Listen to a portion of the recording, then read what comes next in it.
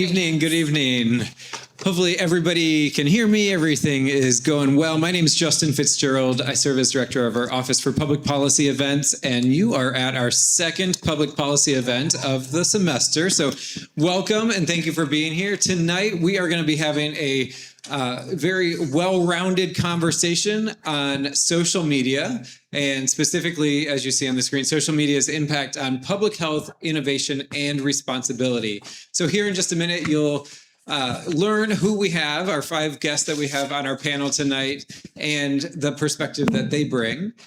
Before we get into that, though, feel free throughout our conversation to get up and grab more food, get a drink, whatever you would like, make yourself comfortable. We'll have about an hour conversation, and slightly after the hour mark, we'll open for for questions. So if you have questions, be jotting those down and kind of ready to submit those. We'll have a QR code or a link on the screen where you can submit those electronically, and we welcome that conversation as well. So without further ado, I will turn it over to our panel to introduce themselves. So we'll just kind of go down the line here. If you want to give us your name, title, or kind of what role you have right now, and how that connects to our topic tonight of social media. Hello, I'm Lauren. I'm currently a junior here at Florida Gulf Coast, and I'm a digital creator on TikTok and Instagram. I do Star Wars related content. I work for different brands and promote some of their products on social media. And yeah. And how many followers do you have right now? I have almost 500,000 followers on TikTok and about 60 to 70,000 followers on Instagram.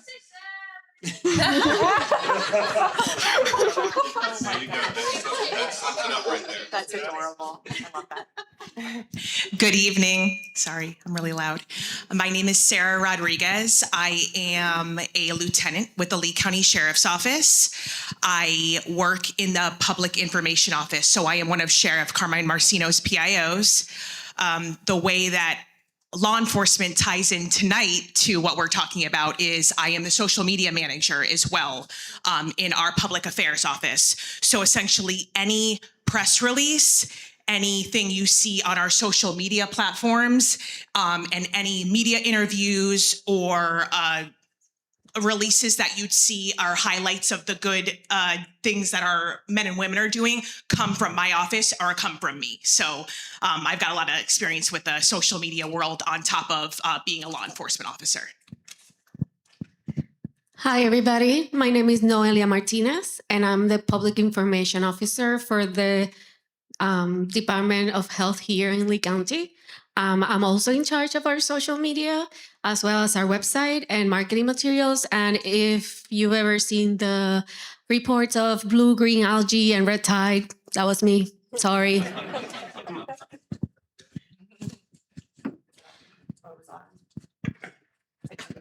Sorry. My name's Kira Lewis, and so I have sort of a dual role. I have a little bit of a secret identity. So first of all, I am a professor in the Lutgert College of Business in the marketing department. I've been there, about 7 years now, and really love teaching. And so with marketing, we teach a lot these days around social media and how social media is used in the marketing field. And prior to that, I spent quite a bit of time in corporate marketing. But I get to kind of represent a secondary picture here is that I'm a mom, but I also ended up starting several really successful parenting websites that I think I started the first one about 10 or 12 years ago. And then I co-founded that one. And then the one that more people know is Parenting Teens and Tweens. I am not as closely associated with that as I used to be, but I did found that website where we have addressed a lot because I have a 17-year-old and a 21-year-old and address a lot of social media use among teens, kids, how parents manage it. And through that, our sites had a social media following somewhere, depending on the site or different things, somewhere between 500,000 to about 1 million followers. So diverse. So like I said, I get to kind of have a secret identity today. Hi, good evening. My name is Kymm Carlson. I am a licensed mental health counselor, and I work here on campus at our Counseling and Psychological Services Center. I primarily do individual counseling, and I'm part of our crisis counseling team. This is my second career. I spent 25 years in the corporate marketing and product marketing field. I have worked with big tech and other marketers, so I have some insight there. I work with clients between the ages of 17 and I'd say 35 at this point. And I hear about social media and its benefits and disadvantages pretty much every day.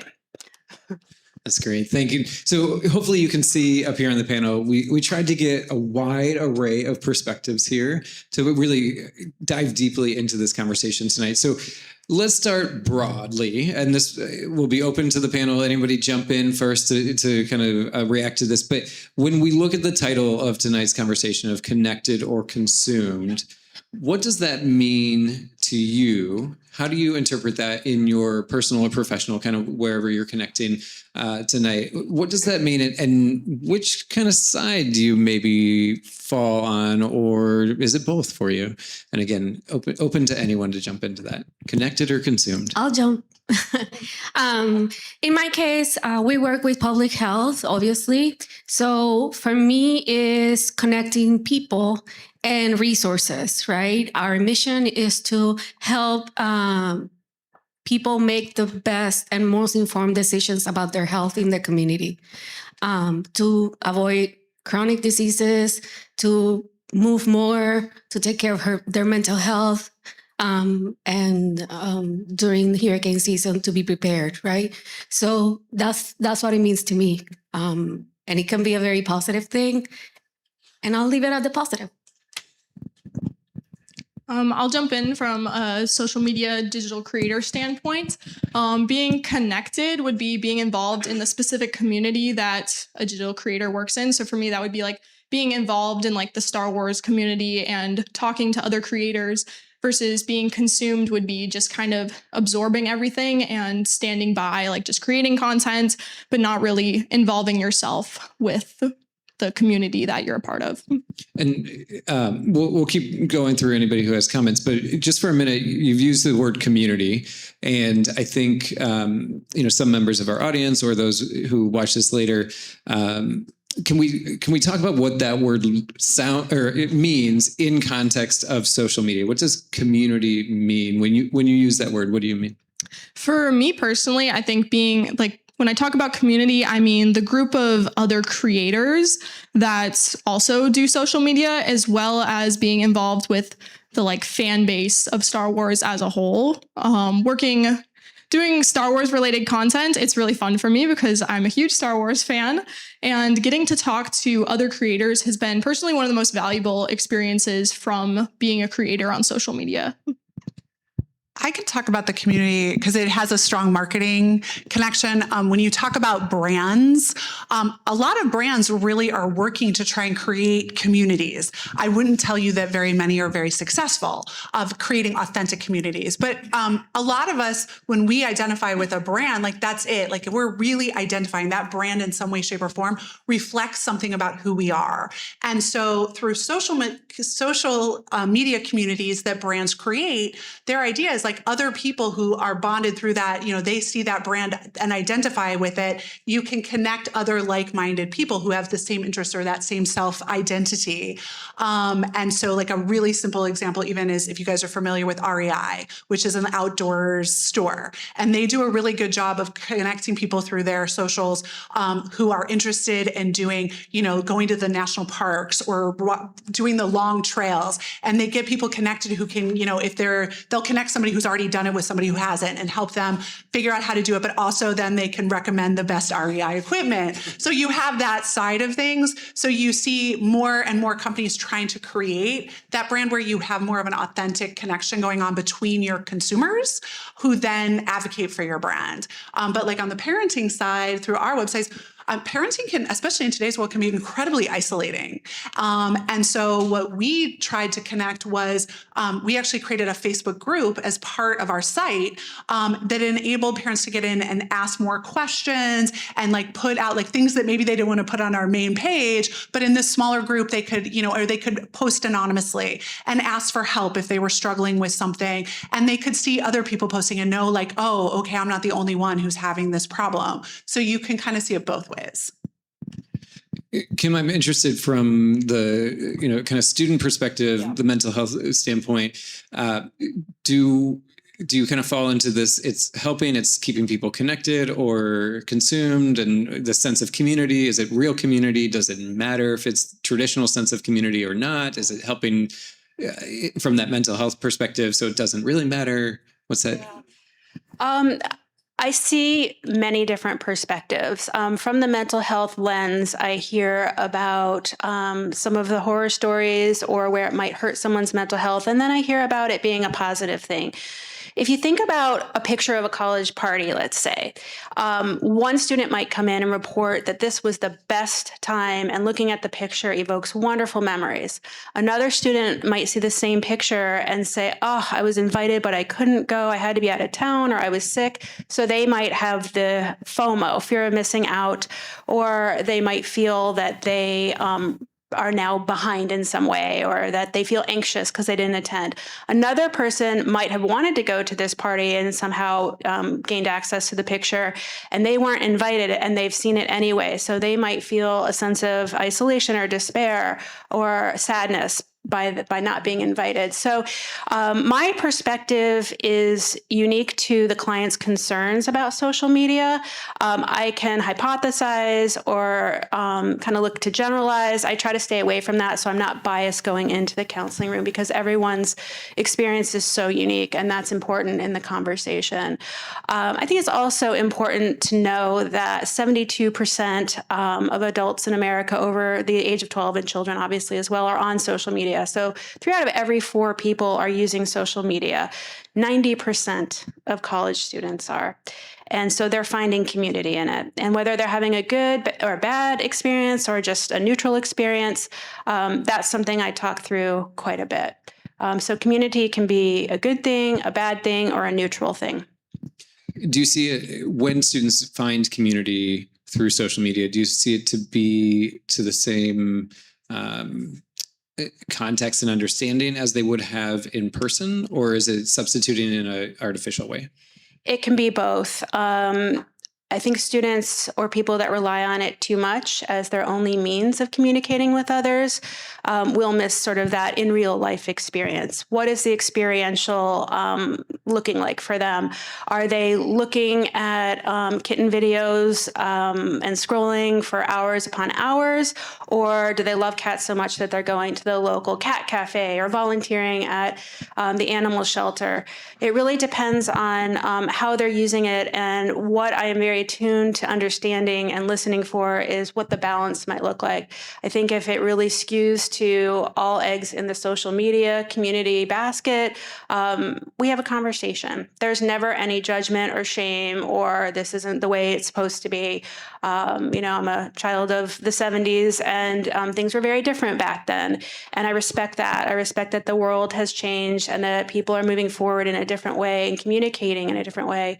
I just always will ask the question, what have you done today sort of out and about in real life? I mean, look at this campus. It's beautiful. Have you been out in nature? Have you enjoyed a conversation with your peers? What does your roommate have to say? Just involving the conversation to a degree that social media can be part of a daily life, but not consuming the whole day. Great.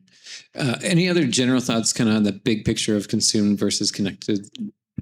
Sure. I'd like to weigh in it from a law enforcement standpoint. That's completely different, but on some levels can be the same. So in my realm, I utilize, or my team utilizes, social media as a controlled communication tool. The fact of the matter is social media is king these days. So in order for us to get our information out to everyone as quickly as possible, but also as to be accurate, to essentially beat the news to ensure that we're getting the information out that we know is the correct one before it gets skewed. We utilize our platforms to do so. So if you follow us, you might see a quick press release up on Facebook, or you can go to our X and see this morning that we had a major scene over in Cape Coral. That was actually our case. So I think in the law enforcement realm, it's good because we can connect with our audience, which is all of you.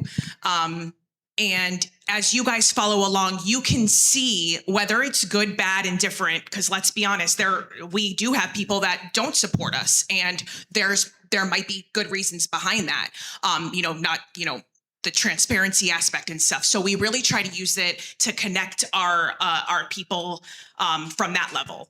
Now, to be in the consumed aspect, it's when we can see things are twisting, and that essentially the rumor mill starts, or you get only a piece of a body-worn camera that someone else posted that isn't from us, and it kind of, it starts, does it not give you an immediate opinion on either an officer or a situation that, if you really think about it, it's already created something in your mind that you actually don't know the full story of. We've all done it. I do it. Even as a cop, I do it scrolling every day. So it shows that it doesn't matter what what focus you are, whether you're in mental health, marketing, a PIO, or even just a student, it affects us all. So we have to be careful about the information that's we're taking in and that we're also putting out.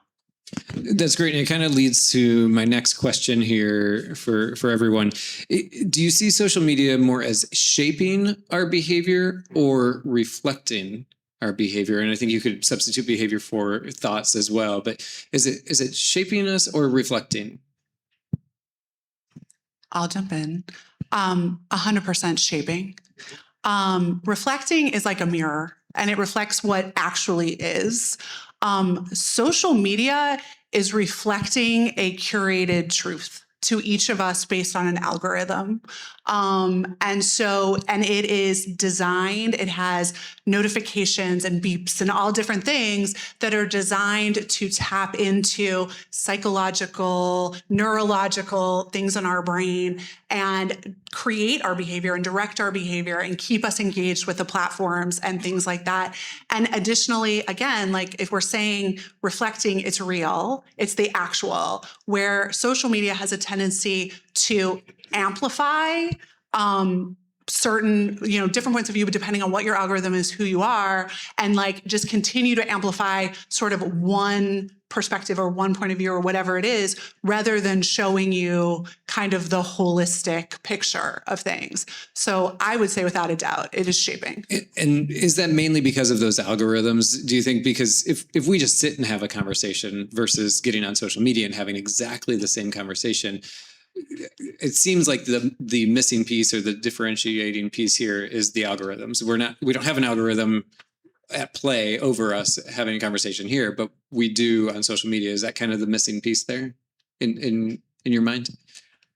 Do you mean an answer? Or you can? Yeah, go ahead. Oh, I wasn't sure if you were hearing me.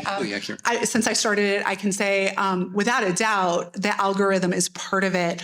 But we also have to understand, like I said, even beyond the algorithm, some of the different liking, sharing, if you've got things set for notifications, all of those are very intentionally designed using neurological, psychological information related to addiction and things like that. So it's the whole package. And I think also with regard to the algorithm, the sort of IRL, in real life example would be a person at the dinner table monopolizing the conversation and directing the conversation. That's sort of, I would say, sort of the digital equivalent to the analog. For me, the shaping part is the positive part and the part that I hang on to as a public health officer, communications person. Because I share information that the public needs to know to make informed decisions about their own health. So when I share information about mental health resources, or don't get into the water, or this is what you need for your medication, this is what you need to avoid poisoning, this is child safety, these are the classes we have, this is the nutrition you can access. So I am shaping, but in a positive way, because I'm helping people have better mental health, better physical health, and that's my mission. So we can see it both ways, but I like to concentrate on the fact that I can make changes or help people make changes in their life that are positive. So I can speak to this a lot because we see a lot of trends that are growing that actually, as law enforcement, we see take shape in forms that end up being criminal activity. So let me just paint this picture. You go onto Instagram or you go on TikTok, or your 13-year-old's on and they see a little ding dong ditch trend that's going on. And if you Google it, you'll see that this has been going on in neighborhoods since, my parents that are in their 70s, it was jokes, years ago, back in the 50s, 60s, and 70s, like that. So now, because social media is so big and widespread, you've got young kids that are going on, new trends are coming back, but society has changed now. Society isn't what it was back in the 60s and 70s, even 80s. So you've got young kids that are taking a look, it's coming up on there, speaking of algorithms, it's coming up on that, or they're likes and shares because their friend sent it to them. They're all banding together and doing things like that, but also not realizing that, again, because society is different, you might not be met with a cute little granny that opens up her door and says, "Oh, don't worry." You might be met with someone that takes that as a imminent threat, and unfortunate things happen that they're not thinking about at the time. So that's just a small aspect. Or even when we hear the word "go viral," there's now suspects we have that are literally doing things out in public because they're like, "I'm going to go viral. I'm going to get likes and shares, even if I go in handcuffs tonight and I go to Lee County Jail." So it shows you how social media is interwoven in so many aspects, but it even creates this weird society of people that like almost do things for the wrong reasons, but for the likes and the shares and stuff. So it's almost weird how social media can be so good from the information standpoint, or highlighting good deeds on any platform, but then on this regard where bad things can happen to people because of trends or algorithms or likes and shares and stuff. Yeah, I'd love to hear, Lauren, your thoughts on all of this. So being a part of actually posting on the social media space, my job is to essentially follow trends and post based on those trends. So when you're in the influencing space, it's kind of like you have this responsibility to post trends that aren't going to get you in situations like that are going to end up in handcuffs. What you post on the internet, that's permanent. It's not easily taken down. You might take down your video, but chances are someone has seen it. Someone could have saved it. Someone shared it, and it's too late at that point. So it's my responsibility for the things that I post that I want to make sure that they're okay, that they're not going to harm myself or other people.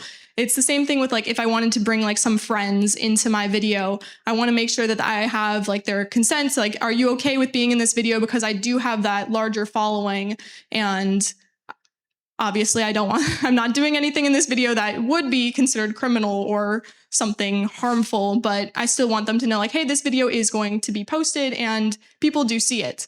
Another thing with the reshaping aspect that I think is kind of interesting is you can really see how social media has reshaped society after COVID. I think COVID was a really big event that kind of shaped social media because everyone was at home and that's all that they were doing was posting on social media. So I just think that that's really interesting too. And kind of building on that, do you feel like there are moments where you want your intent is to shape an aspect of society? Or I've seen your videos, it doesn't seem like you comment or necessarily that you're trying to shape. But have you ever had that thought of like, wow, I have a big audience. Should I try to shape or should I reflect? Yes, I've definitely thought about things like for the Star Wars community. A few years ago, there was an issue with a show that came out, and there was a lot of negativity around the show. And a lot of the bigger social media creators were posting videos being like, hey, let's try and be positive. So I joined in on that trend and posted a video where I asked my followers to comment things on that video, comment their favorite thing about Star Wars. And that's kind of like one of the only times where I've really hopped on that like trend to reshape something. But I definitely like to stay more neutral with what I post because I don't want to draw like more negative attention to my page. I was just going to say that comparison is a big thing. I sometimes say to my clients, comparison can be the thief of joy. And if I look at this from how social media is shaping thoughts, there can be a lot of false narratives or sort of disconnected thinking. A lot of clients come in and they're discouraged and they think I'm not good enough because I don't look like Khloe Kardashian, or I'm not this, or I don't have that. And they're not really understanding that part of it is curated, part of it can be manipulated, all of it could be those two things. So part of my role in that is facilitating a conversation that could maybe reframe or reshape some of the learned behavior from what they're consuming on social media, especially if it's negative. If social media is making them feel good, or they've learned new makeup tricks in a tutorial, those are really positive aspects. If they're comparing themselves to others and it's hurting their self-esteem, that's a conversation to be had. So as we talk about this kind of responsibility side of it, and whether it's manipulated content that's on there or it's real content but used in a manipulative way, who holds most responsibility? Obviously, this is an opinion, but who do you feel like holds most responsibility for the social media impact on society? Is it the individuals? Is it the government? Is it policy? Is it the platforms themselves? Is it, when we see Meta going before Congress and we see these things, who holds the responsibility for the impact on society? Just a small little question.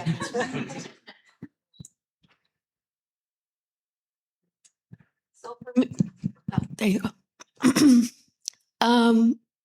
For me, it's a shared responsibility, where it's the rule of how to use the platform, the content creators, what they put in the platform, and the decisions they make to put that out there.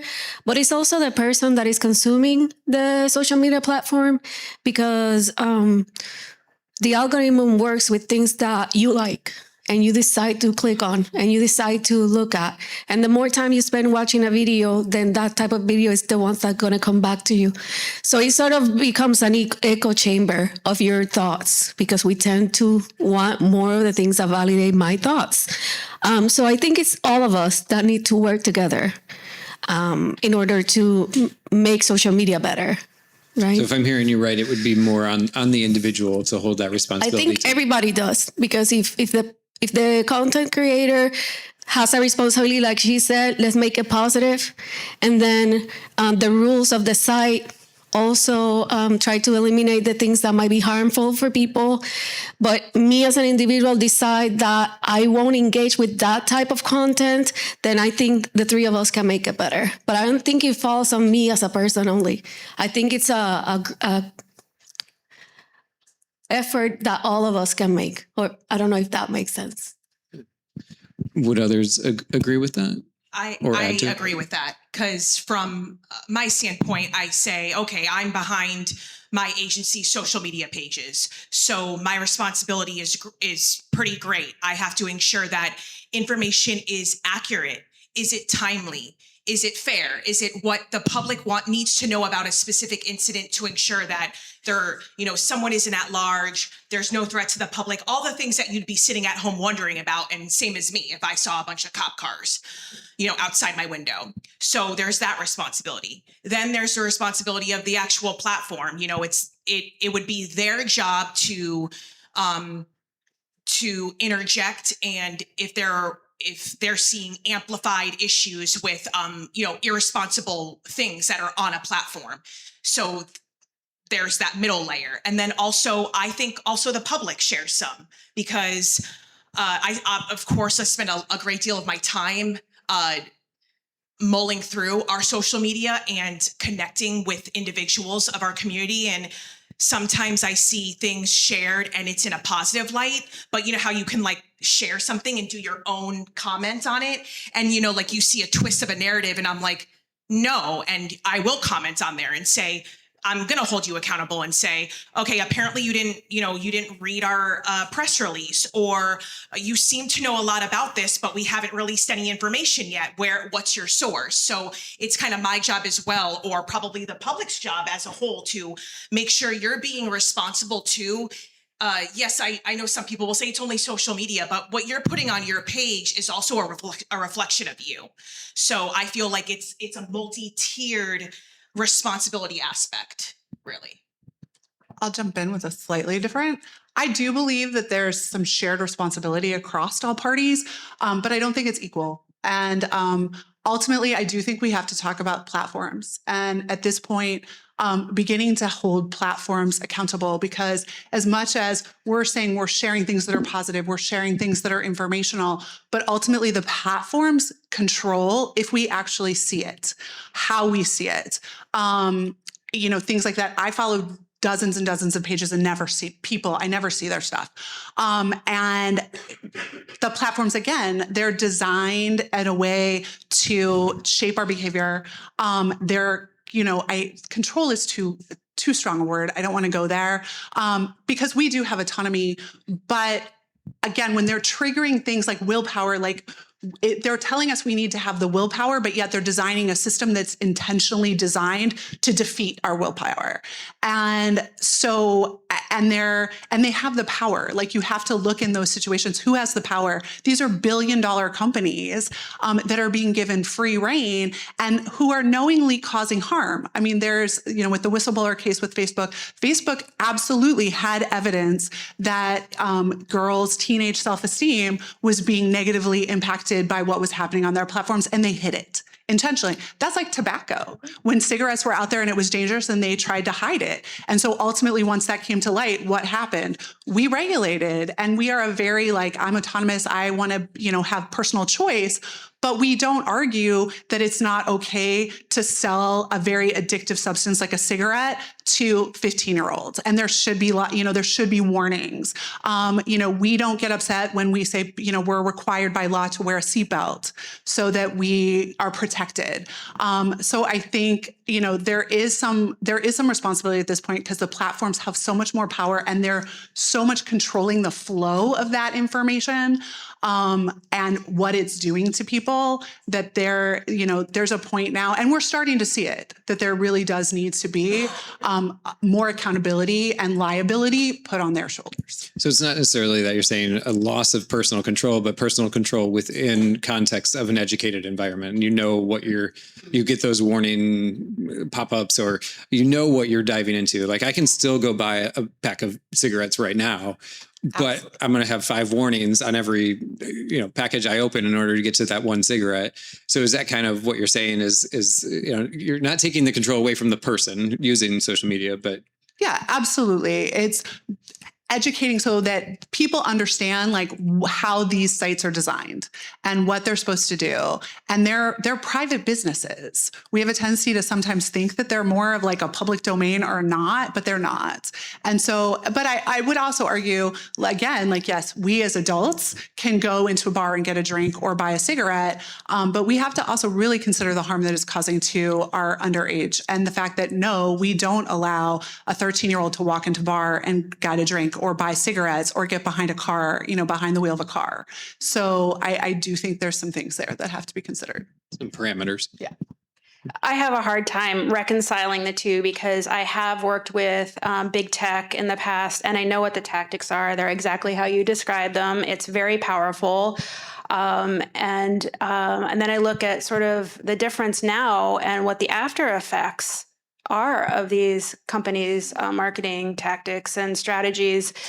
And I see it through the mental health. It's not unusual for me to see people that are dependent, habituated, addicted, or have problematic use suffering from anxiety, depression, aggression, some cases psychosis. And the big piece, and you touched on it, is yes, we all have personal responsibility, but the parents do as well. It's really hard for a minor or a child to understand what they're actually stepping into in this vast world. And so I feel very strongly, just knowing what I know, that parents really need to kind of step up and step in. Tech will sort of do it, and they'll put lipstick on it, and yeah, we have teen accounts. Trust me, the kids know how to get around them big time. And, it's really hard when I have a student coming in and they're 18, they're on their own for the first time, and they say, well, I spend 4 to 10 hours a day on social media.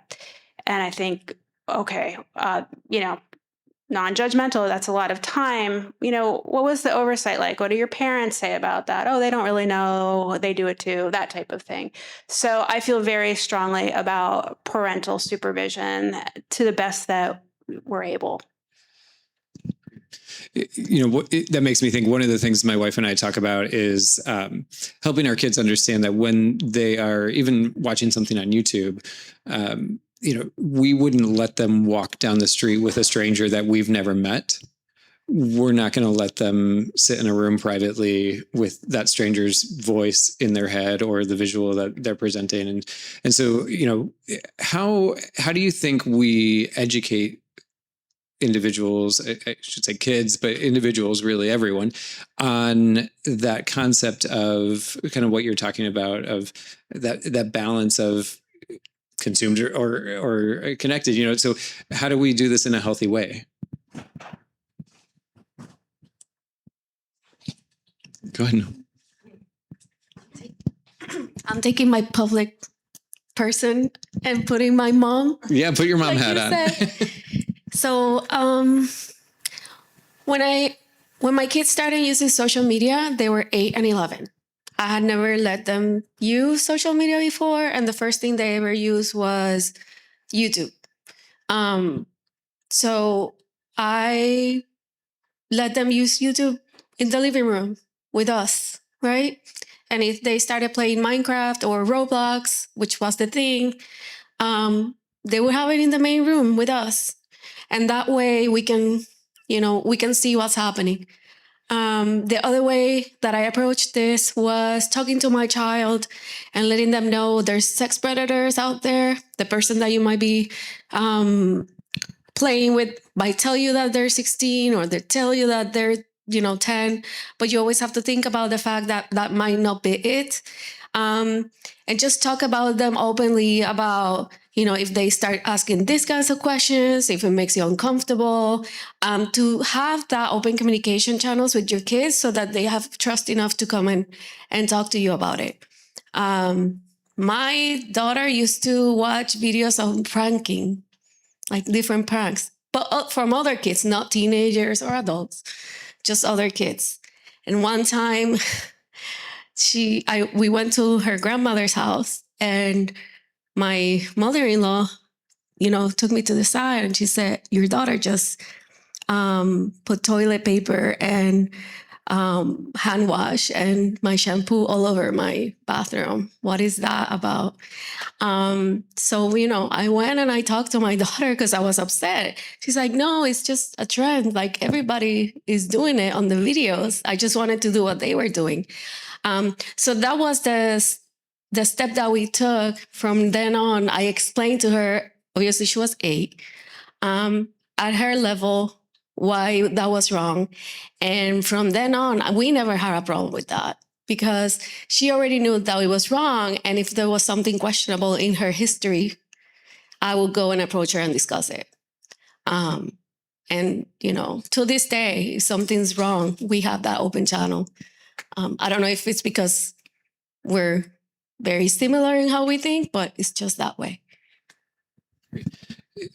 anyone else on the thought of healthy ways to educate, and maybe I'll even broaden the question to beyond children. Even preparing for tonight, I had someone say, my parents are on social media constantly. It shapes the way they think. It shapes everything about our interactions on a daily basis. And it's become this other person in the room at all times. How do we educate others in a loving way on this topic, and where do we go with this theme, whether it's kids, adults? We live in Southwest Florida. We have a high population of retirees. We know a lot of people are sitting on social media for a lot of their day. What do we do with that, do you think?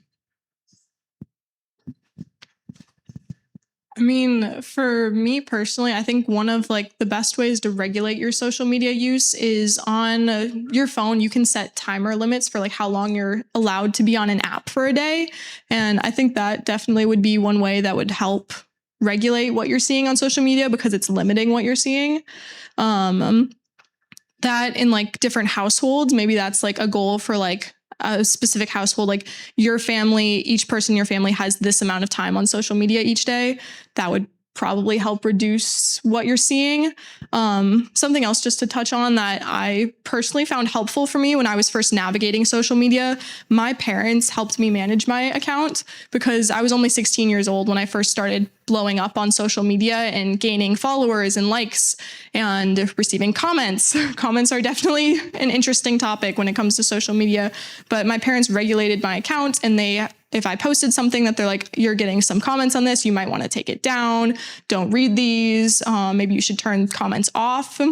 It definitely comes down to a household decision, I would say. Would they filter what you could read in the comments? Not really, but you can filter. I think when I first started it, none of us really knew how it worked, how to filter those comments. So we didn't, but I think that's something that I would have benefited from, is if they were filtered to get rid of some of those comments. But you can do that on social media sites. There's just one thing I do want to touch on, because I do see some young kids in the room. So that means parents are in the room and grandparents are in the room. Before I was in my current role, I was in investigations for many years. And the two things I worked were sex crimes and internet crimes against children, and homicide. And one thing I can tell you from working in the SVU realm is there is so much out there that you would never think could tie you to an outside predator, whether it be an app. There's even aspects of messaging on even now Roblox, what you're talking about. You can just message people. And then there are even apps that your kids can download that it appears to be, let's just say it'll have a symbol of maybe an animal, and you think it's a cute animal game, but you go into it, and when you break through, it's they're chatting with a 37-year-old male from Minnesota.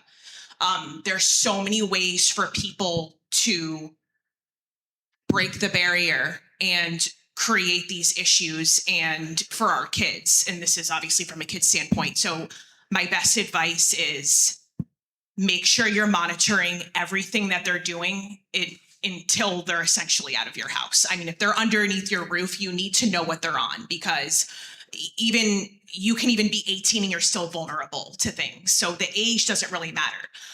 And also mirror for yourself and in your family, everyone who's in the household should be doing what you want your kids to be doing later on. So my husband and I are both in law enforcement. We both work for LCSO. We have two young kids at home, two young girls. And of course, my 5-year-old is all of a sudden oh, I want to play on the iPad. She gets an hour a day. And the hour a day, she's sitting next to one or both of us, and that way we can see exactly what she's clicking on, and it's all age appropriate. But not to just harp on things, but you have to be really mindful, and it's hard to play that balance of not being that helicopter parent or grandparent or guardian. But there's so much out there that is scary, and even as a new parent myself of a 5 and a 2-year-old, there's things every day that I'm seeing in my realm that is it's heartbreaking to know how easy it is for anyone to infiltrate and create massive harm. So I would say it's very hard to balance that. The only true balance is, I hate to use the word, is control.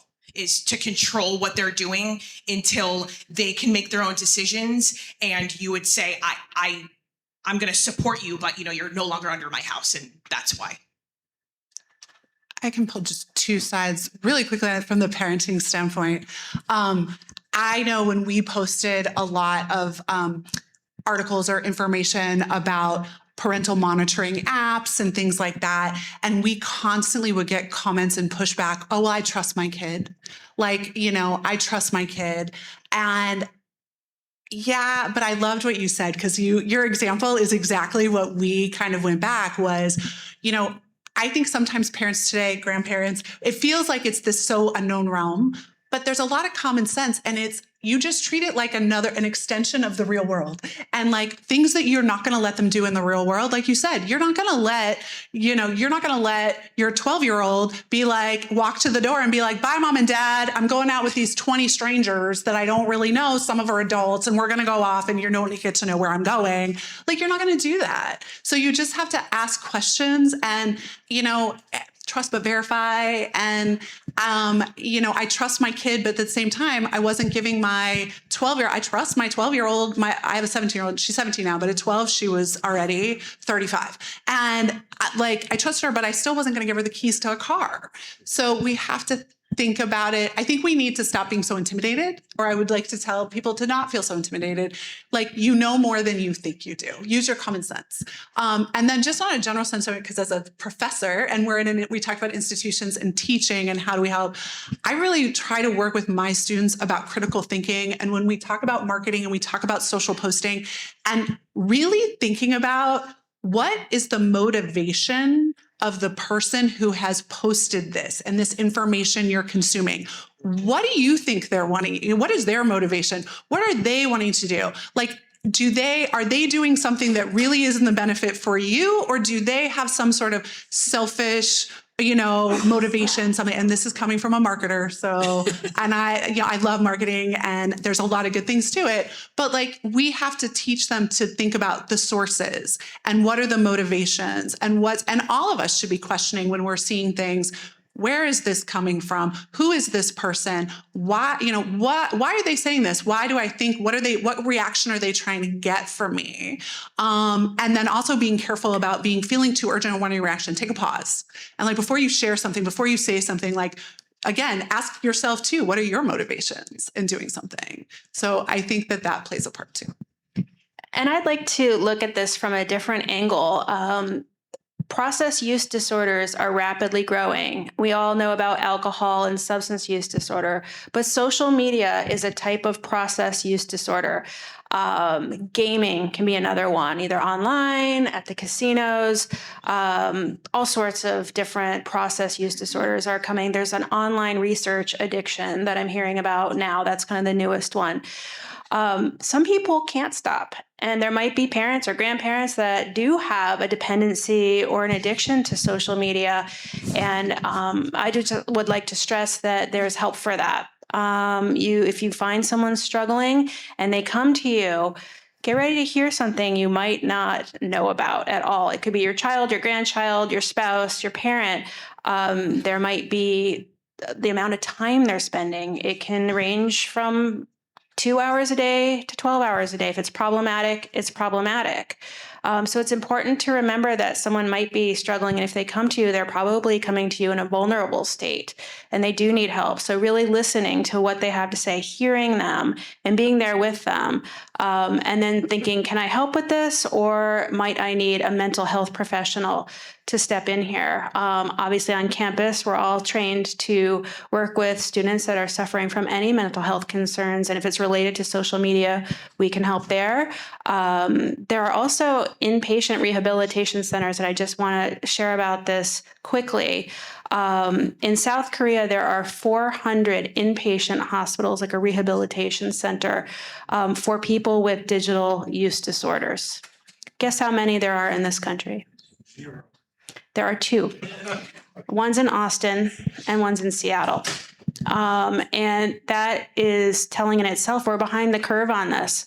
This is a really big problem, and some people might want to stop. They just can't stop. And where is that line when it is now unhealthy? Let's say I'm hearing you and I'm like, this isn't me, by the way, but I'm like, What's going on here, Justin? oh my gosh, is this an intervention? Is that Is your intervention? Well, I'm here. So where is that line? I would say the line is if you see or you feel yourself that you are having an inability to function, you cannot meet your obligations, you're not going to work, you're not taking care of hygiene, you're not connecting, there's an isolation. We see this a lot with gaming. Online gambling has become a force to be reckoned with and is quite disturbing in the marketing. If you watch the Super Bowl, you probably were counting the number of ads for some of the online gambling. And online gambling is now rephrasing it as gaming. So it seems less like a bad thing. Oh, I'm just gaming online. Well, you're playing the slots. And it's not unusual for us to see someone in quite amount of debt at 18 from online gambling. Everything's just right in your pocket. You don't have to go to a casino in Las Vegas anymore. You could just pick it up right now and get a couple quick spins in. So think about it that way. Someone might be really suffering with this and they might need some help. And if you hear the call, do your best to answer it in a kind and open manner. Great. Thanks, Kim. Let's talk about responsible posting. What does it look like for me or for anyone to post something responsibly? What are the steps we should take, or whether that's an original post or I see something amazing that someone's doing and I just repost that? How do we do that responsibly? I think it's kind of like a personal checklist for yourself when you post something on social media. For me, whenever I post something on TikTok, I like to think about, for instance, what I'm wearing. Is what I'm wearing appropriate for this video? Are there people in the background? Do I need to make sure that if there's a friend that I invited to be a part of that video, do I need to make sure that they're okay that I post this? The location that I'm posting at, that's also something that factors into me posting it. Does this affect anyone other than me? It's definitely like a checklist and a process for posting something. Personally, I just like to watch my video through a few times to make sure that it's something worth posting. And the same thing goes for like photo posts. But so I can piggyback off that. So from a law enforcement standpoint, there's so many things that I have to think about before I press send on any platform. The reason why is because we're dealing with laws. We have to make sure that we're protecting the identity, even if it's a suspect. So before we press send, I make sure that my unit knows we have to make sure that the information that's going out is enough to where the public can understand the totality of the incident, but without affecting, one, the integrity of the investigation, because of course we have detectives in the background that are working really hard to bring justice to either a family or a group of people. So we have to worry about the integrity of the case, but also, there's laws protecting victims. There's laws protecting juveniles, you can only show if they've committed certain levels of offenses and things like that. That's why sometimes you will see us post, look, this 12-year-old did this, and people might say, oh my gosh, why would LCSO put the mugshot of a 12-year-old? That's ridiculous. Take a look at the charge. Is it heinous in nature, or what did they do how many assets were out there? How much time was spent on this to get, there's a lot of things, but to go out based on your checklist, that's what we do too, is this safe for the victim and also too for the suspect that we're possibly posting? Do the people know the totality of the incident, but without us divulging things that are going to affect the integrity of a case so it can keep going through the system and have successful prosecution? And then there's other little things that, you want to be mindful, like officer safety things. That's a lot of things that people don't think about unless you're on the back end of it. We have body worn camera now. There's people with cell phones that are taping us on traffic stops or just walking in and buying a donut and thinks it's funny. So there's so many things out there that we have to be mindful of before we post, because you want that full picture, but there's things that need to be protected for, in many aspects. So we have to be mindful of that. From the public health perspective, we make sure that we create share content that is accurate, and that either we are the primary source for that content, or that when you visit our website, because we usually add those links for more information, that we are citing those other primary sources you can go to. And that way we make sure that you understand the information, right? I like to use, because not everybody has the same kind of literacy skills. We try to keep our content to be 9th grade level so that the most amount of people can understand it. In our case, we also post in English, in Spanish, and sometimes in Creole, especially during hurricane season, because we want to serve as much people as possible. But when they look at our content, I want them to be sure that we are a trusted source. And if we cannot be that first trusted source, then when you visit our website, we're going to have that first trusted source.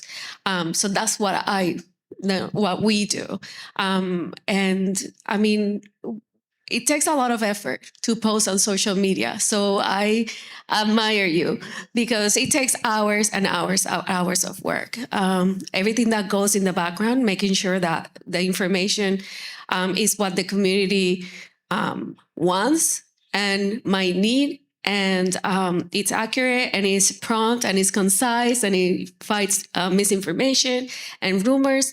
It's so much work that goes behind it, but ultimately, hopefully, we are helping people stay safe and have better health in our community. Yeah. Kira, I'm interested to hear your perspective on responsible posting, both what you're teaching your students, who will be the ones posting for many of these large companies that we're talking about, but also then from the family perspective of the sites you've run in the past. I definitely talk with my students from a marketing standpoint. I mean, we just addressed credibility has become such a huge issue online. And we talk a lot about brand equity. And so some of you may or may not know, but a lot of brands, their value, at least half or more of their value, let's say they're considered $100 billion company. And that's if they were to go sale, 50 billion of that is their brand. It's not what they're worth on a piece of paper. It's their brand. And so protecting that is so crucial. And so, from that standpoint, I really talked to them today about examples where brands have done serious damage to their reputation as a result of things that they've posted, or even employees have posted.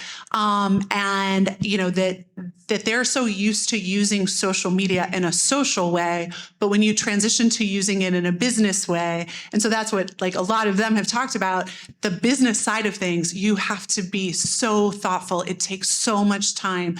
You have to really be careful, because you can ruin your career, you can ruin your brand's, value from that standpoint. So yeah, go ahead. And I have to imagine that from a company standpoint, this has really evolved over the last 10, 15, 20 years from I just need to hire somebody to manage my social media so that I don't have to think about it, to this really can make or break my entire company.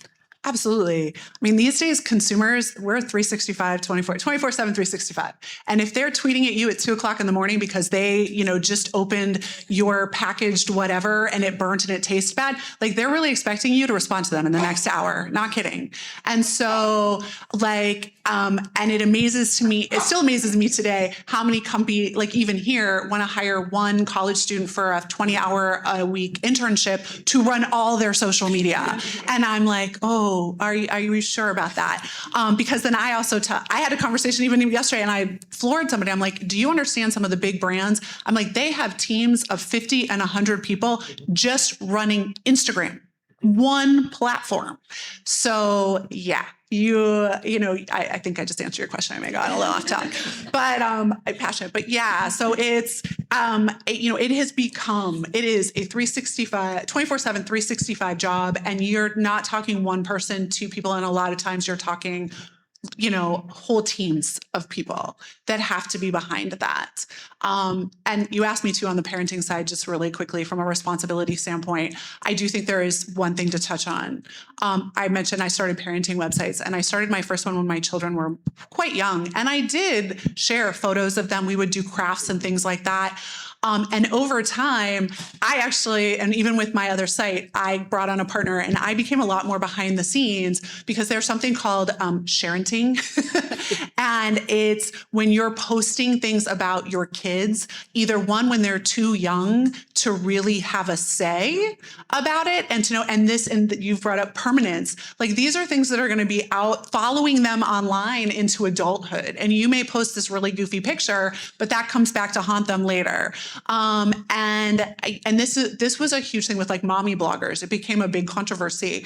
And we've written posts about this. And then especially as your children move into the tween and teen years, like my children, they get complete, like if I'm going to post, and I really have stopped posting a lot on Facebook just for numerous reasons of their kids, but if I'm going to share, like they get permission. Like I used to do birthday posts for them and I would take pictures, but I'd be like, well, here are the 3 pictures I'd want to share. And they'd be like, no. And then they'd pick a different one and do it in, because that's them. That's their privacy, their image, their things. So from the parenting side, I would just say we have the best intentions a lot of times in wanting to brag on our kids, but sometimes things that we think are harmless, they think are embarrassing or, just different things. So that would be the responsible on the parenting side is protecting your children. I like that. I'm going to start saying Sharrington. Sharrington. Share, is that right? Sharrington. Like parenting, but starting with share.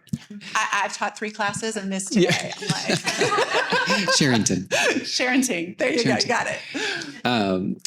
Kymm, anything that you want to share on the responsible posting? I appreciate everything you shared about brands, and it can take one false move or one bad campaign to ruin a brand. I have more of a defensive posture in the counseling room because typically someone is coming in and they're upset due to irresponsible posting. So if I look at this individually and someone comes in and they might be crying or anxious or depressed or scared because they've been bullied or shamed in a comment section, someone's posted something, now their reputation is taking a hit, and it's not dissimilar from a brand. Like we are who we are, brands are reputations and how we convey ourselves to the world, and it can take one picture that's passed around and shared. Sexting can be a really tough thing as well. It's out there. And like you said, the internet is permanent. So just remembering before you post or respond or comment in a negative fashion, even if you're having strong feelings towards something, ask yourself maybe 2 questions. 1, would I say this to someone's face? And would I publish this on the front of the New York Times with my name as the author? Would I author this for everyone to see?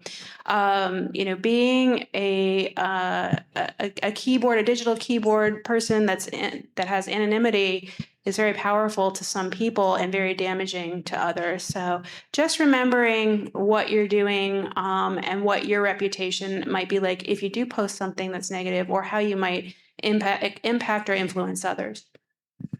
So taking the question just a little bit deeper layer here, from responsible posting to responsible control of the comments and curating, or whatever term you want to give that. But essentially, as in each of your areas, as people comment, what responsibility do we all have to control the comments, or should we not control the comments? Or what do you do in your current situations? What do you see being done? What's the right thing from any of your perspectives? Control the comments, don't control the comments. What if it's misinformation? What if it's damaging?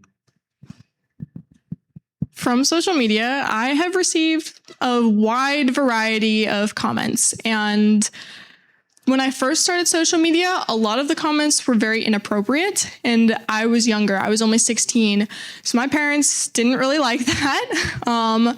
They definitely sat me down when I first started social media and had like a conversation with me, talking about how these comments are people you don't know. Don't interact with them, don't engage with them. Over time, we did delete some comments that were like, that's very inappropriate. We're going to delete that. But from starting social media when I was younger, I've never really let comments get to me because I've received plenty of hate comments as well. In Star Wars, there's a big thing about how women don't really know what they're talking about with Star Wars. And that was something that my dad and I had talked about. And he's like, just ignore it. It's trolls on the internet. You don't know these people. They don't know you. And I think that was the biggest thing with comments for me. But I think we should have some regulation, like your personal commenting. If you're posting on social media and you're receiving comments you don't like, you can take them down, but you also need to consider like, who might have seen this before? Like, personally, I like to take down vulgar comments if I see them on my page. But from a younger perspective, I think the parents should also have a big say in that. And I've seen some pages where it will say, if something vulgar is posted or inappropriate, it will be removed. Yeah, kind of TikTok removes a lot of comments that are inappropriate, which is great. From a law enforcement standpoint, do you remove comments if it's false or damaging, or does that negate the open conversation? So we can't do that. Any government platform, that is against the law. It's illegal. So we've worked, you're going to start to see this across many platforms with many different agencies. What they're doing to mitigate that, but still fall in line with their local and state laws, is they're actually removing the ability to comment on certain pages. And the reason for that, in many aspects, is really the time constraint it actually puts on the people that are behind those platforms. Because what happens is you do a post, and let's just say it's really not about the actual content. It's more about how long does it take for is anyone here in the audience, do you guys follow the Lee County Sheriff's Office? If you do, okay, so you'll know what I'm talking about. I could do a post, or one of my colleagues could do a post, and it could be something that is close to going viral. We're getting millions or hundreds of thousands of engagement on it. And the issue is not necessarily what they're saying, but think about it. Then there's one or two little people behind the scenes that I want to engage with you because you said, oh, look at Joe Schmo. He broke into that, and then they caught him within 36 minutes. That's so awesome. And I want to engage with you, but then it's taking away from being law enforcement officers and doing other things that we should be doing. So to answer your question, can we can limit the comments on the actual platforms on the whole platform, but we cannot remove it. And that is because it's against the law for a government entity. So that's how essentially people are getting around it. But now on the adverse, here is how we also mitigate the people that say, oh, well, then you shut it off. So now, like, I can't, excuse me, you guys aren't transparent, or I can't share what I really want to share. Well, that's not true, because you have people answering our social media messages. You have people that are on the platforms that you can comment on, will comment back to you. Or we can say, call us 477-1000 and we'll be happy to meet you, or send a deputy out. So there's what we do is we open up the avenues of where people can communicate with us to help mitigate those people that say, oh, well, because I can't comment on your social media, because for the most part, those people are the ones that want to just share and kind of troll or create an issue instead of actually saying, this deputy didn't handle my case the right way, where we can really help them. So it's against the law, but there's ways around it that we can still, help. Noelia, are you in the same boat there? I'm imagining that with some of the turn off the comments. You just turn them off. There. Yeah, let's just leave it at that. I'm imagining with the algae blooms and other things, people probably have a lot that they want to share. How do you handle then that? Well, in our social media, it's more informative. Like, we put it out there and the people see it and then they don't go to the beach. Maybe in the news, somebody will say something, but in reality, it's just a tool, like a way to know what's going on and awareness. I've never seen a comment that is, outside of the norm, but I wouldn't be able to do anything because we're not allowed to turn them off. My hands are tied. She knows what I mean. Kira, what responsibility do you feel like we have to control comments, and does that start to negate from the community building of it all? I mean, for brands, it's different than governments. I mean, they're brands, they're private businesses in a way. And again, they're responsible as well to their shareholders, to their employees, to their consumers. And so I think, but as you guys have said too, it can become an all-consuming job to just monitor your comments. If you're a big enough brand and you have a lot going on. I do think that I believe that brands have the right to remove comments. I think they have to be careful though. Like, they shouldn't be removing comments they don't like that just are like, hey, I think your brand is trash. Like, that's an opinion. They should leave that up. Because that goes back to the transparency. And it also gives the opportunity, other people will often come in and defend you if they love your brand. So you can have that. But I do think if you are getting things, and I feel like this will come in a later question, but there's a whole other issue today with something called bots. Mm-hmm. And so brands also have to be careful because they can get bot attacks. And it can just be just unending negative stuff on their pages. So they really need to be able to control that. And I think they should be able to control, if they've got a community that includes kids, they should be able to control vulgar comments or things that could be damaging, and to even block. On our parenting sites, we would block. If we consistently had people that were coming on and attacking other parents for the choices that they were very vulnerably sharing and things like that, like we modified our page. We owned our pages. Like, this was what the brand we were, the community we wanted to create. And so we were not going to let anybody come on and like bully or hurt parents. So we would block people. So I think it depends on your classification, and there's a lot of nuance here. Kymm, thoughts on those comments? I'm sure you hear a lot about comments. All really wonderful comments. I think what I love about the CAPS social media, it's robust. We're trying to always reduce the stigma that can be associated with mental health. And our social media team does a fabulous job of doing that, but also providing information, techniques and strategies around self-care. And if you're struggling, come on in, and just being a safe, non-judgmental place to just talk to somebody who wants to help you. I love that social media is free. Marketing budgets can be in the millions and billions of dollars, I suppose. But we have a unique opportunity to share our message, invite clients to come in or students that are struggling. Hey, come just drop in. Let's talk about it. We're a good resource. We know everybody on campus. We have a whole web of support. Let us help you. And so with regard to comments, we often don't get a lot that are negative. Also, if we see anything, we have to monitor, because if we see anything where someone else has maybe identified someone, I mean, we work with the most strict confidentiality and privacy protocols probably on campus, I would say.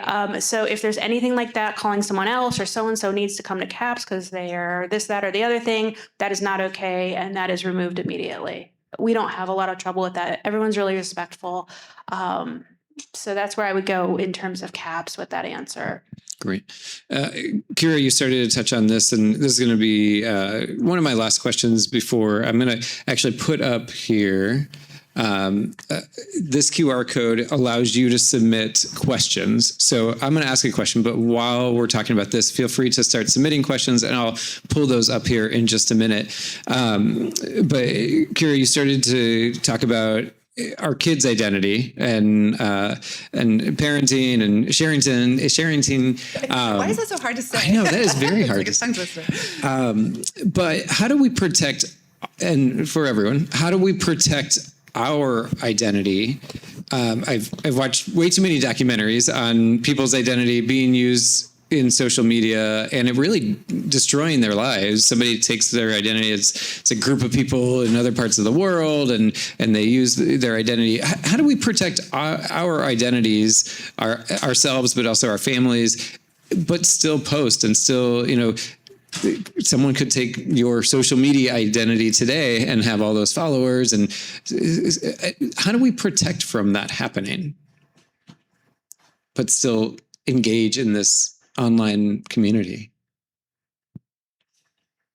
It's very hard to do that. If you're making a choice to be on social media, you are opening yourselves up to those aspects of, let's be honest, social media, it's technology. There's always going to be error in technology.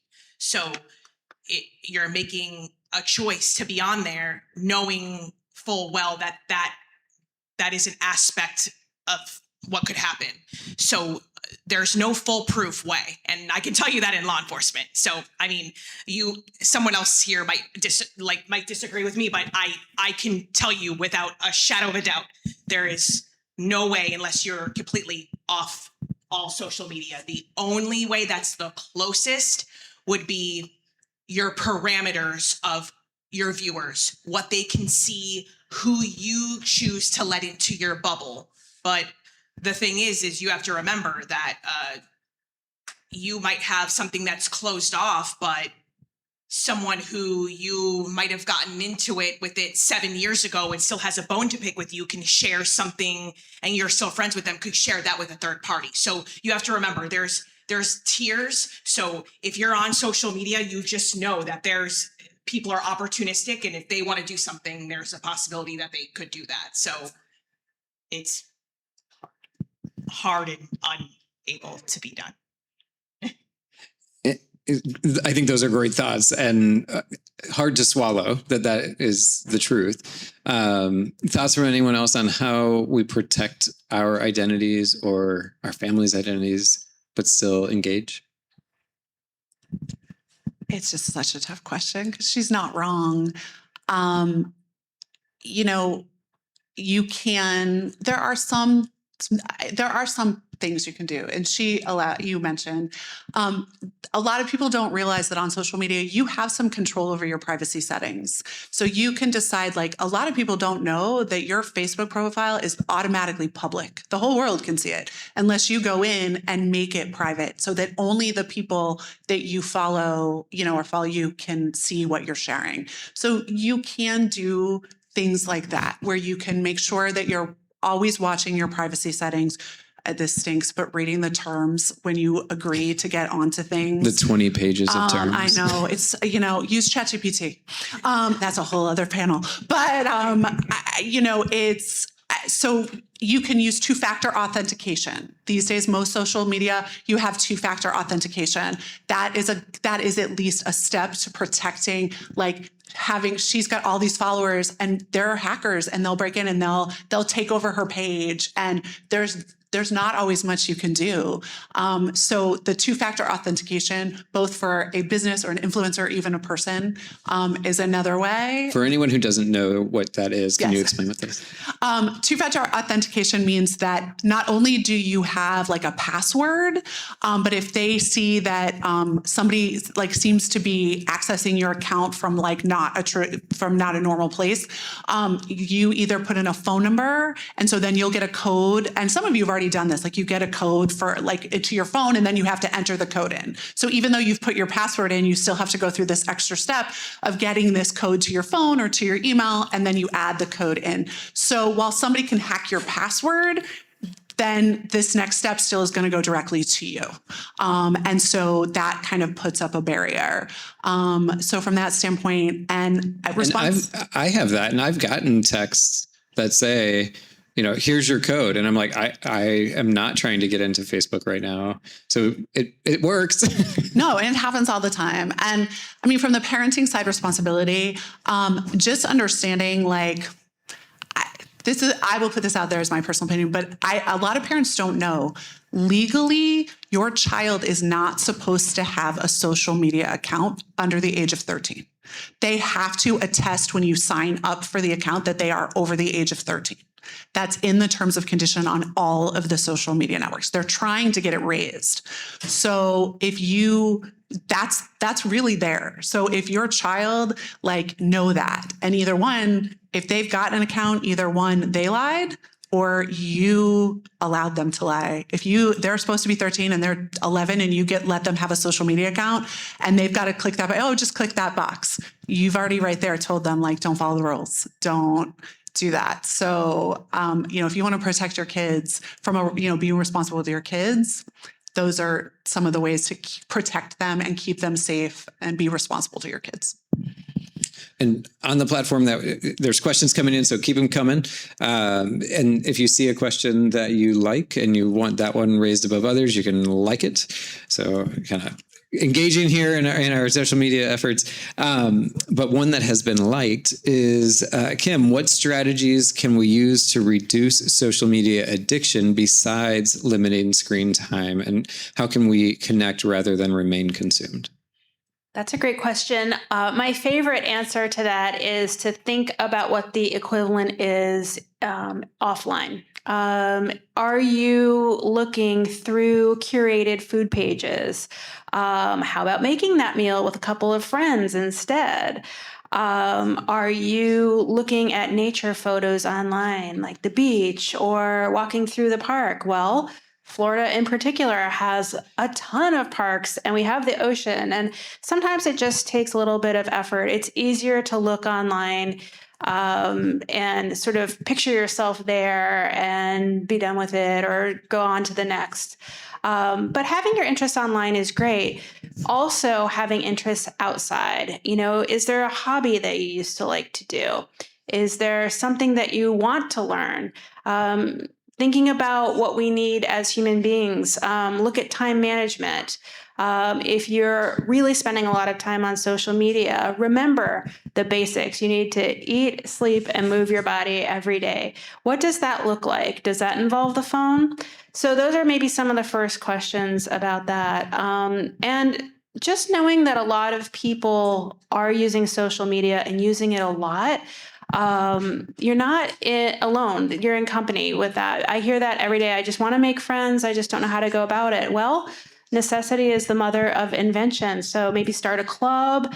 I always say, try to put yourself in real life in a target-rich environment, because you'll find common ground. If you like to play pickleball or you want to learn pickleball, there's probably someone willing to go with you. There's definitely someone and a professional that's willing to teach you. Try to take what you like online and apply it to the real world. And take good care of yourself too. There's a lot going on these days. It's not easy with everything going on in the world. Great, thank you. Should we start teaching digital literacy in schools? And if yes, how early?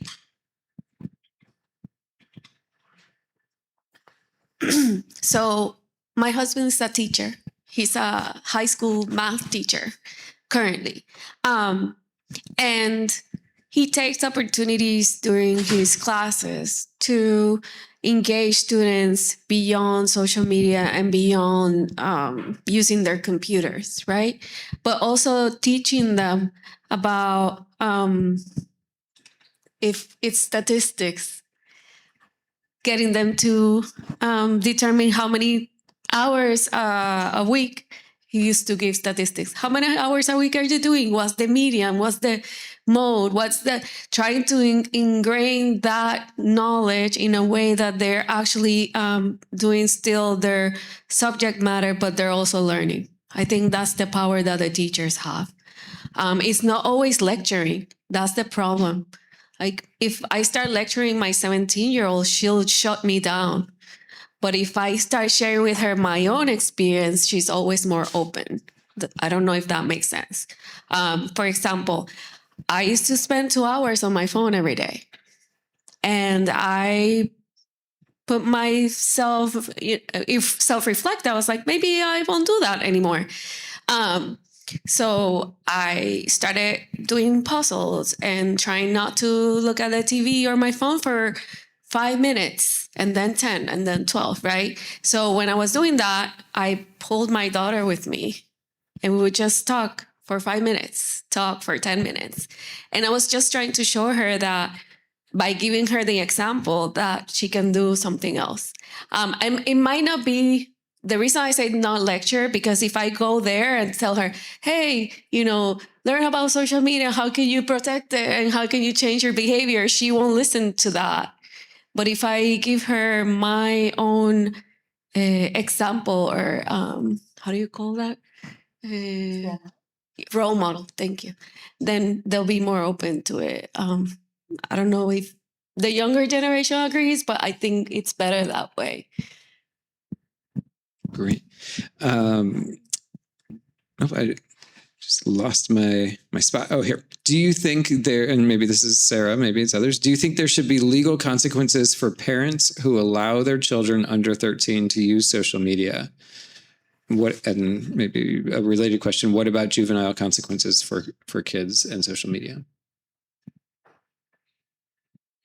So I think it's multi-tiered for me, because I know that there are influencers out there, and you know as well that there's really popular influencers out there that are like 10, 11, 12 years old.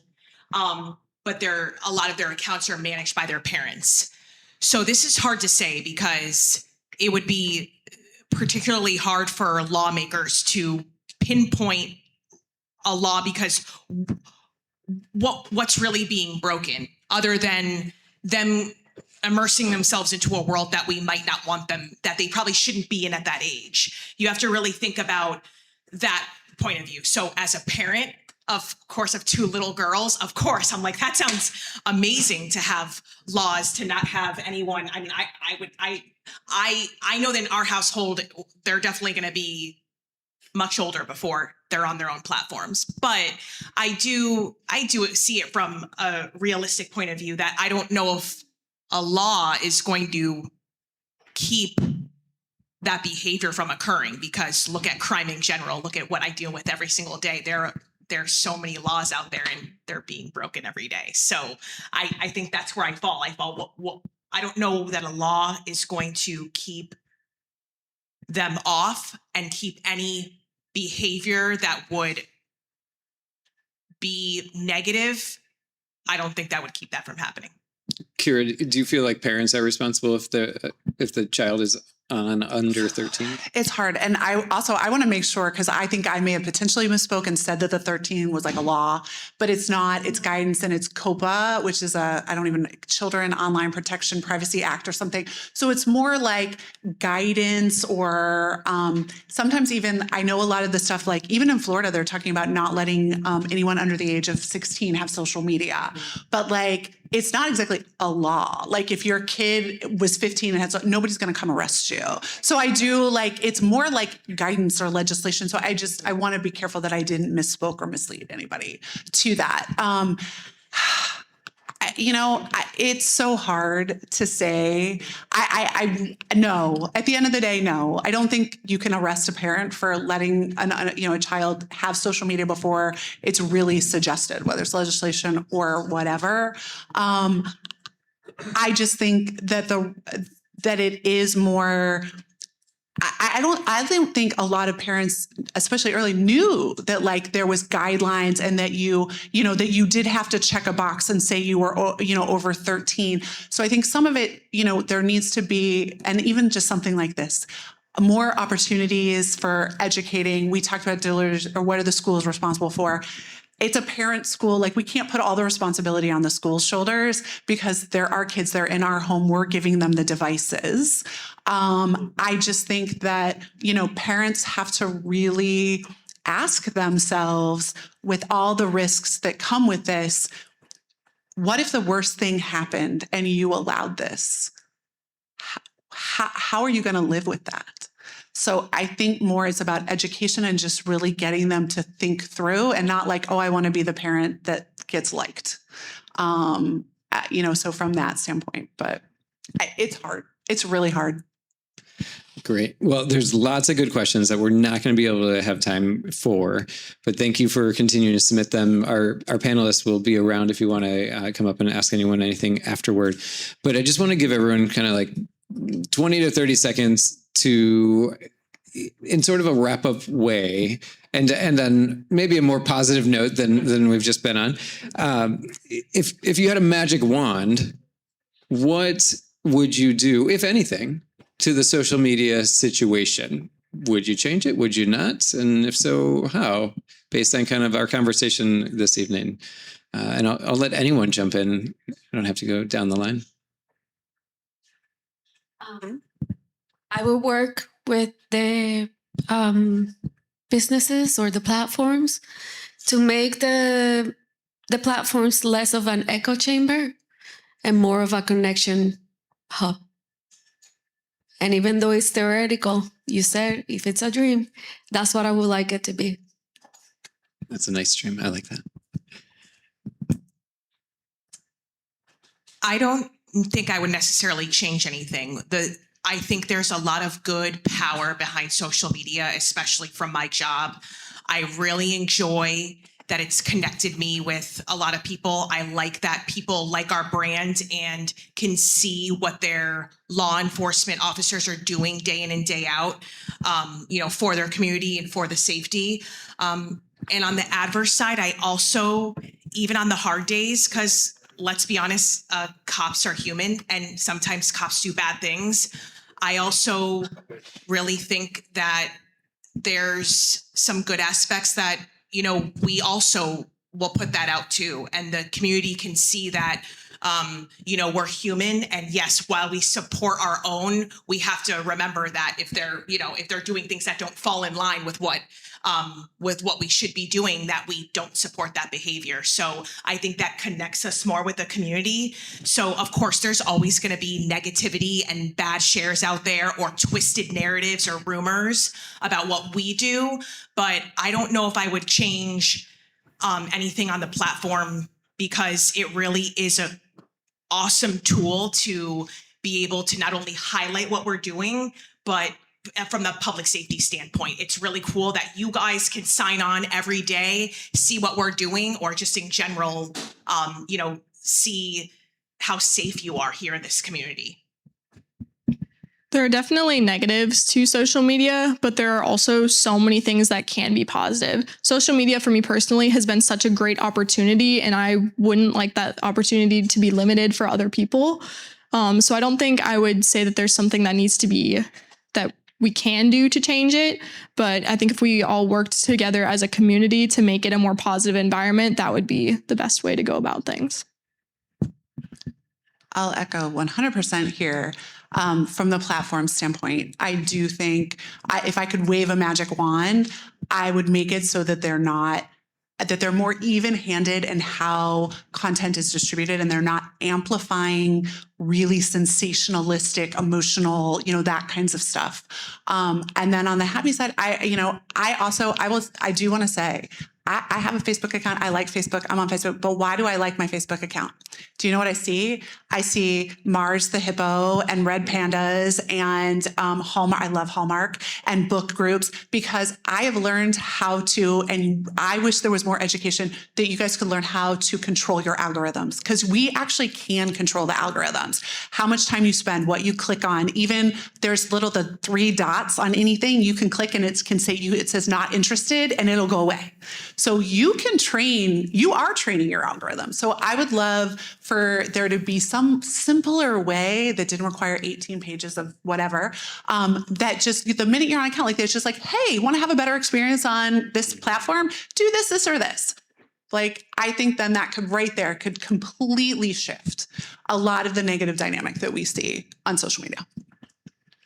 My message in wrapping up is very simple. If I could wave a magic wand, I would wish that everyone was kind to others on social media, because it does have mental health effects, and they can be long lasting. And if we're kind to ourselves and kind to others, maybe that's not going to get the most clicks or likes or money in your pocket as a content creator, but think about humanity. Think about that this has moved so quickly, and it is kind of the wild, wild west in the comments and what's being posted in clickbait and sensationalistic things. But if we approach it, or we could approach it, just thinking about other people's feelings and how anyone might react to what we're doing, I guess it starts with us as individuals.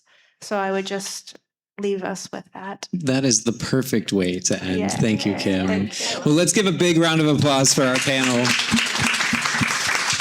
If you know of anyone who should probably hear tonight's talk, it will be recorded and on the Office of Public Policy Events FGCU page. So look for that in about a week or so. And we invite you to follow our Eventbrite page, and you'll be notified when our events for the fall are posted. So thank you all for being here. If you have questions, the panelists will be up here. And panelists, just stay right here. We're going to take a group photo before we depart. Thank you, everyone.